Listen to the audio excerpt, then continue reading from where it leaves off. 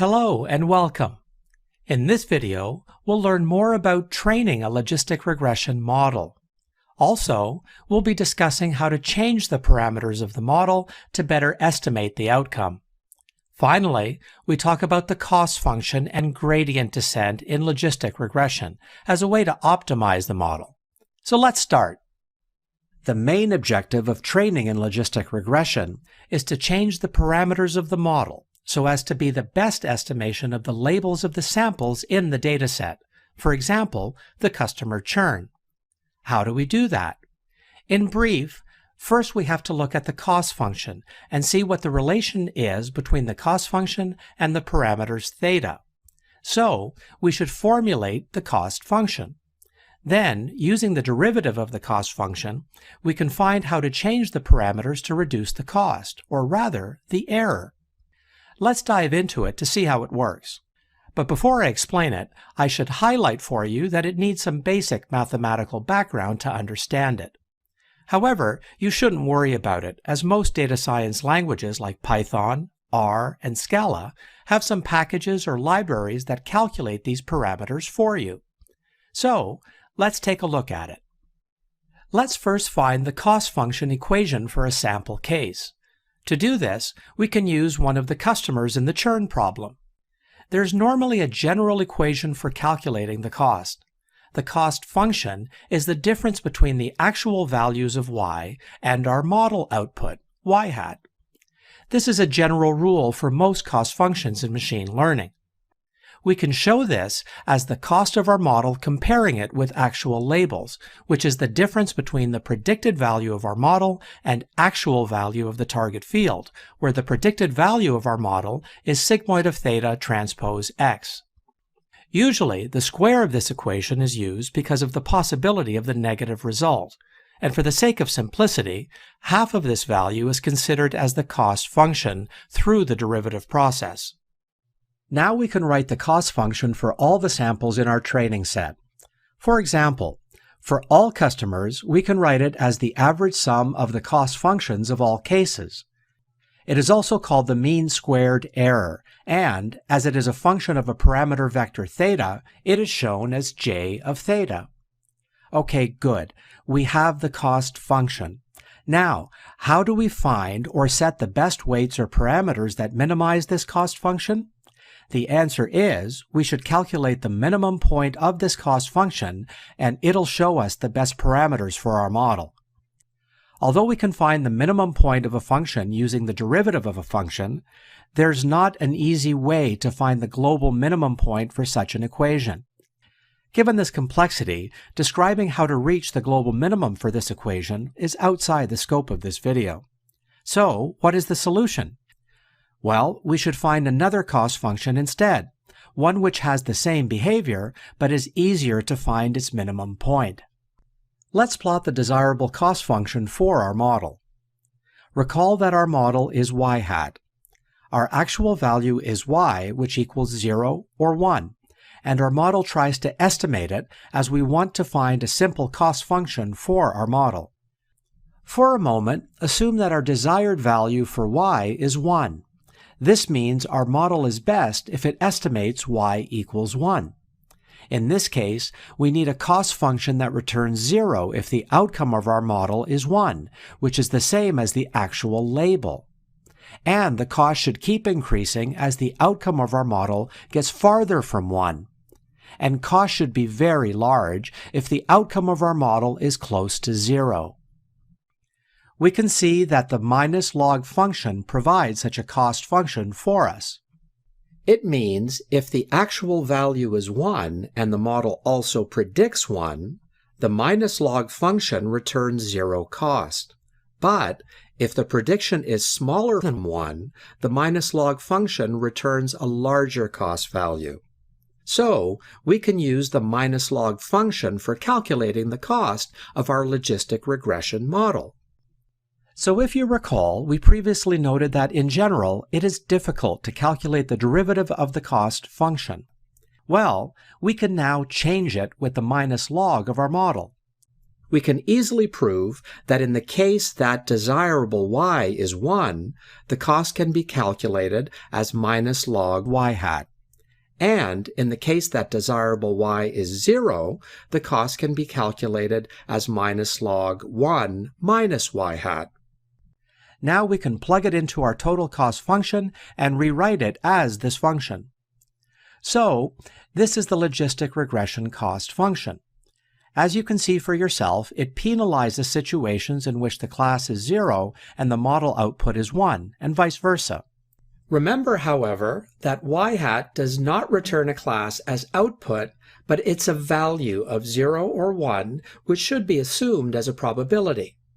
Now we can easily use this function to find the parameters of our model in such a way as to minimize the cost.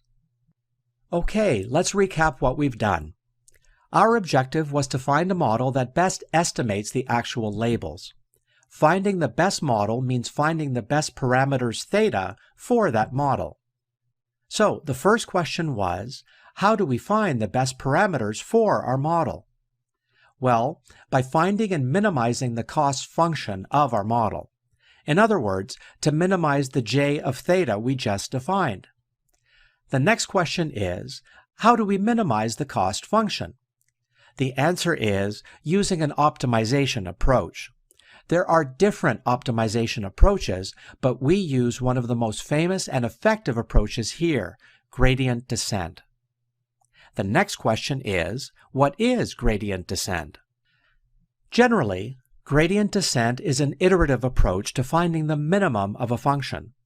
Specifically in our case, gradient descent is a technique to use the derivative of a cost function to change the parameter values, to minimize the cost or error.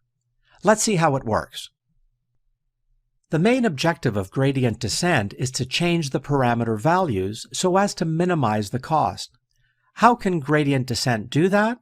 Think of the parameters or weights in our model to be in a two-dimensional space. For example, theta 1, theta 2 for two feature sets, age and income. Recall the cost function, j, that we discussed in the previous slides. We need to minimize the cost function j, which is a function of variables theta 1 and theta 2. So let's add a dimension for the observed cost or error, j function. Let's assume that if we plot the cost function based on all possible values of theta 1, theta 2, we can see something like this. It represents the error value for different values of parameters, that is, error, which is a function of the parameters. This is called your error curve or error bowl of your cost function. Recall that we want to use this error bowl to find the best parameter values that result in minimizing the cost value. Now, the question is, which point is the best point for your cost function? Yes, you should try to minimize your position on the error curve. So what should you do? You have to find the minimum value of the cost by changing the parameters. But which way? Will you add some value to your weights or deduct some value? And how much would that value be? You can select random parameter values that locate a point on the bowl. You can think of our starting point being the yellow point. You change the parameters by delta theta 1 and delta theta 2 and take one step on the surface. Let's assume we go down one step in the bowl. As long as we're going downwards, we can go one more step. The steeper the slope, the further we can step. And we can keep taking steps. As we approach the lowest point, the slope diminishes, so we can take smaller steps until we reach a flat surface. This is the minimum point of our curve and the optimum theta 1, theta 2.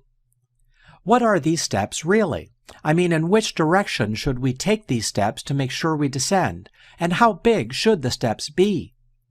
To find the direction and size of these steps, in other words, to find how to update the parameters, you should calculate the gradient of the cost function at that point.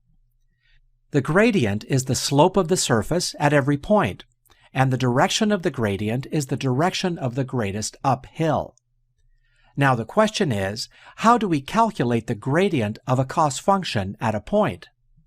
If you select a random point on this surface, for example the yellow point, and take the partial derivative of j of theta with respect to each parameter at that point, it gives you the slope of the move for each parameter at that point.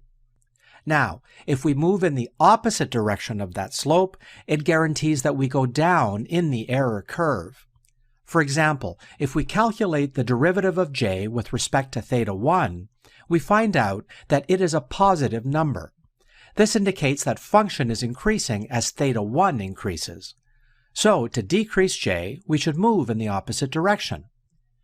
This means to move in the direction of the negative derivative for theta 1, i.e., slope. We have to calculate it for other parameters as well at each step. The gradient value also indicates how big of a step to take. If the slope is large, we should take a large step because we're far from the minimum. If the slope is small, we should take a smaller step. Gradient descent takes increasingly smaller steps towards the minimum with each iteration. The partial derivative of the cost function j is calculated using this expression. If you want to know how the derivative of the j function is calculated, you need to know the derivative concept, which is beyond our scope here. But to be honest, you don't really need to remember all the details about it, as you can easily use this equation to calculate the gradients. So, in a nutshell, this equation returns the slope of that point, and we should update the parameter in the opposite direction of the slope. A vector of all these slopes is the gradient vector, and we can use this vector to change or update all the parameters.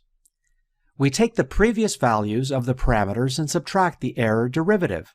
This results in the new parameters for theta that we know will decrease the cost. Also, we multiply the gradient value by a constant value mu, which is called the learning rate. Learning rate gives us additional control on how fast we move on the surface. In sum, we can simply say gradient descent is like taking steps in the current direction of the slope, and the learning rate is like the length of the step you take. So, these would be our new parameters. Notice that it's an iterative operation, and in each iteration, we update the parameters and minimize the cost until the algorithm converge is on an acceptable minimum. Okay, let's recap what we've done to this point by going through the training algorithm again, step by step. Step 1. We initialize the parameters with random values. Step 2. We feed the cost function with the training set and calculate the cost. We expect a high error rate as the parameters are set randomly. Step 3. We calculate the gradient of the cost function, keeping in mind that we have to use a partial derivative. So, to calculate the gradient vector, we need all the training data to feed the equation for each parameter. Of course, this is an expensive part of the algorithm, but there are some solutions for this. Step 4. We update the weights with new parameter values. Step 5. Here we go back to step 2 and feed the cost function again, which has new parameters. As was explained earlier, we expect less error as we're going down the error surface. We continue this loop until we reach a short value of cost or some limited number of iterations. Step 6. The parameters should be roughly found after some iterations. This means the model is ready, and we can use it to predict the probability of a customer staying or leaving. Thanks for watching this video.